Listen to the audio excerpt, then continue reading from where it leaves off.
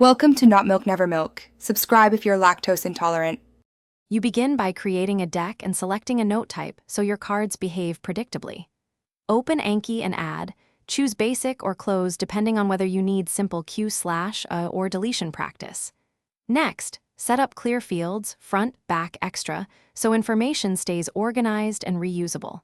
Once done, add consistent tags for topics and source. This early structure saves time later, because note types control card generation and fields let you reuse content across multiple cards.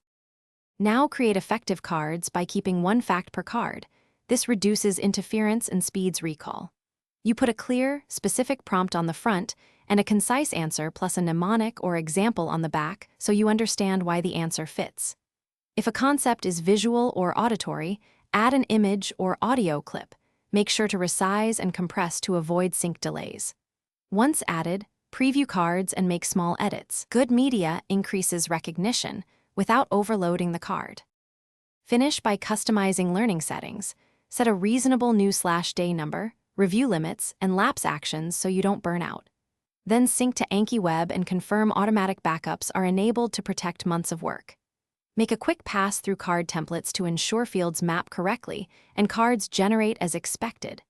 If things go wrong, for example, you see duplicates or missing cards, inspect the note type and card templates first. Often a field mismatch or disabled template is the culprit and easy to fix. Thanks for watching. If this was helpful, leave a like and consider subscribing. See you next time.